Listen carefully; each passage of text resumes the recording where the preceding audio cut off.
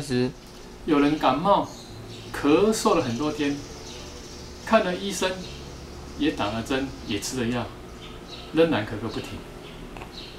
有句俗话讲：“土水惊地老，医生惊地少。”所以这个咳嗽非常的令人苦恼。除了医师继续去找出这个病因，继续治疗之外，吴教提供了经络保健法，来缓了这个咳嗽所引起的不适。我们14经络有一个穴位，这个穴位叫天突穴，它是任脉其中的一个穴道，它的位置在2个锁骨的凹陷中。这个穴位呢，依照中医的理论来说呢，它能够缓和这个咳嗽的症状。那吴教的一个经络保健法，就是在这个天突穴上面贴一小块的酸痛布，好，一小块的酸痛布贴在这个天突穴上面，可以由这个酸痛布呢来刺激这个天突穴的一个穴位，促进它的气血循环，来缓和咳嗽的一个不适的症状。再来呢，来，请站起来，转过去。我们的背部呢，有一条经络叫做膀胱经，这个叫脊椎骨。脊椎旁边的1.5寸，这一条叫做内膀胱经。脊椎旁边的3寸呢，叫四指骨这3寸，这个地方叫外膀胱经。我们可以借着呢，用推拿膏来推拿内膀胱经、外膀胱经，还有这个督脉呢，来缓和感冒或一般的咳嗽所引起的不适的症状。方法很简单，在背部涂少许的推拿膏，涂均匀就好。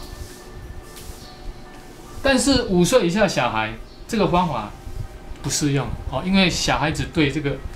推拿膏的那一种刺激性无法忍受哦，这一点要特别强调哈。来，推拿的方法一样，我们站在被推者的旁边，用拇指的指腹沿着督脉由上往下顺着推。再来就是膀胱经、内膀胱经，脊椎旁边的1.5寸也是由上往下顺着推，轻轻的顺着推。再来就是外膀胱经，脊椎旁边的3寸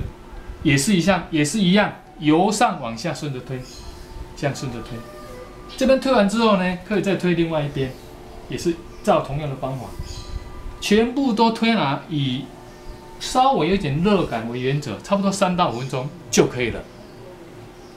推完之后可以用擦的也是由上往下，这样让它有一个温热的感觉，能够让这个药膏能够渗透到我们这个经络里面，来促进这个气血循环，来帮助我们缓和咳嗽的症状。好，除了这个之外呢，我们也可以用梨子，1颗梨子，在梨子上面可以挖一个小洞，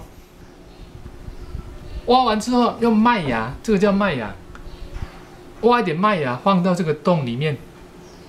让它能够跟麦芽跟梨子之间，它们2个成分互相能够配合起来。弄完之后放在电锅里面，整个放进去，包括这个碗放进去。电锅外面加一点水，盖着，让它来煮。煮完之后，这个梨子跟麦芽它会产生一些液体出来。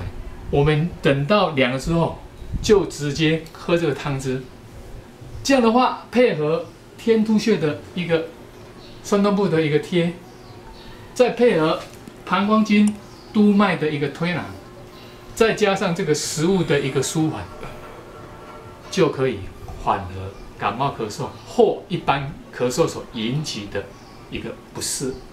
就是比较会不舒服的症状。但是最重要，5岁以下的小朋友还是不能用推拿膏，而且有病要看医师，用药要问药师。谢谢各位。